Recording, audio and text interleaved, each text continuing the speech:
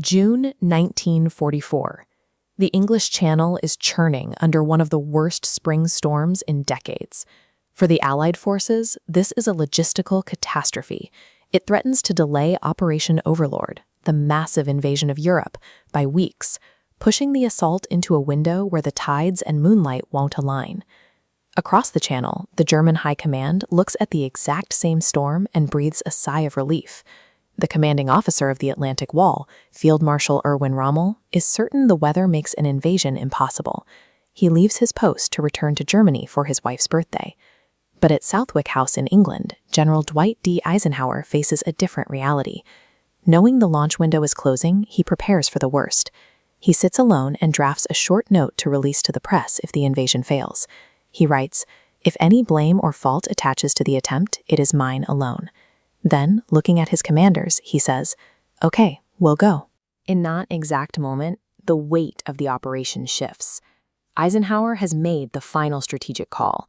Now, the execution of the largest amphibious assault in military history falls entirely on the shoulders of the men stepping onto the boats. This creates a unique dynamic between the two armies. The German defense is built on a pyramid of authority that flows from a single source. Eisenhower, however, is betting that his army can function in the opposite direction, where the invasion survives only if the men in the mud are prepared to lead themselves. The blueprint for D-Day is a marvel of logistical engineering. It calls for an armada of over 5,000 vessels, preceded by a massive airborne assault. Thousands of paratroopers are tasked with dropping into the darkness to secure vital bridges and roadways on the flanks of the beaches.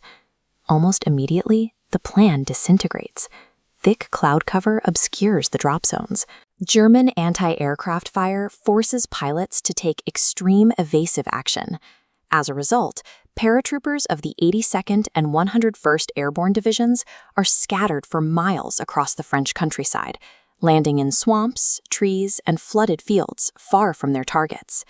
Isolated in the dark, these soldiers do not wait for orders from missing commanders. They use a simple clicker toy to identify friend from foe, banding together in ad hoc squads. A captain from one company teams up with a private from another. Together, these improvised units march silently through the hedgerows, capturing crossroads and bridges they were never briefed on. The meticulous top-down strategy has completely evaporated.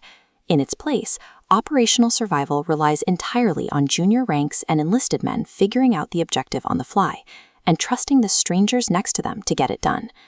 This map shows the planned assault sector for Utah Beach on the Cotentin Peninsula, but nature intervenes again. Heavy ocean currents drag the landing craft roughly 2,000 yards south of their intended target. The troops hit the sand in a largely undefended sector. Brigadier General Theodore Roosevelt Jr., the highest-ranking officer on the beach, surveys the unfamiliar terrain. He realizes the navigational error.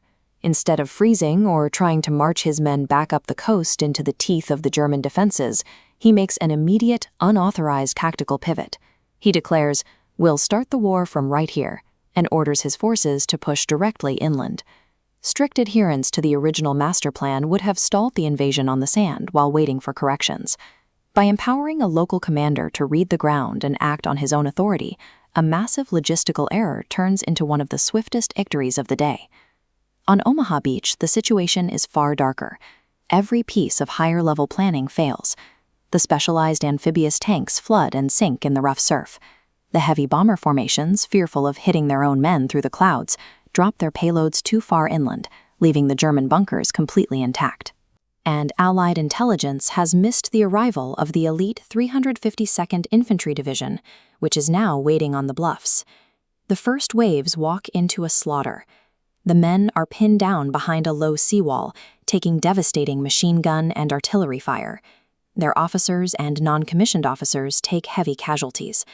Radios are waterlogged or destroyed, cutting off all communication with the command ships off the coast. Omaha is the crucible of Overlord. The grand strategy drawn up in London is dead on arrival. The admirals and generals can do nothing to help.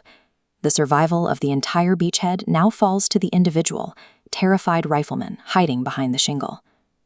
Just inland, near the city of Caen, The German 21st Panzer Division sits with its massive engines idling. They possess the heavy armor necessary to counterattack and potentially drive the Allied forces back into the sea. Yet they remain completely stationary. The German High Command is paralyzed. Bound by strict protocol, the panzer units are classified as a strategic reserve. They cannot be deployed without explicit, direct clearance from the very top. On the morning of June 6th, no officer in the chain of command dares to wake a sleeping Adolf Hitler to ask for permission. Contrast that with the blood-soaked sand of Omaha. Without orders, without officers, and without permission, small groups of privates and sergeants decide they would rather die moving forward than stay pinned on the beach. They grab Bangalore torpedoes, blow holes in the barbed wire, and begin scaling the bluffs purely on instinct. An army of clerks, students, and farmers scaled those bluffs because they refused to wait for a plan that had already failed them. They overran the Atlantic Wall through thousands of individual decisions made in the absence of higher orders. D-Day's ultimate victory demonstrated the difference between these two systems. The German defense proved brittle, freezing at the moment it most needed a leader to wake up. The Allied invasion succeeded because its lowest ranks were empowered to take the lead the moment the maps became useless.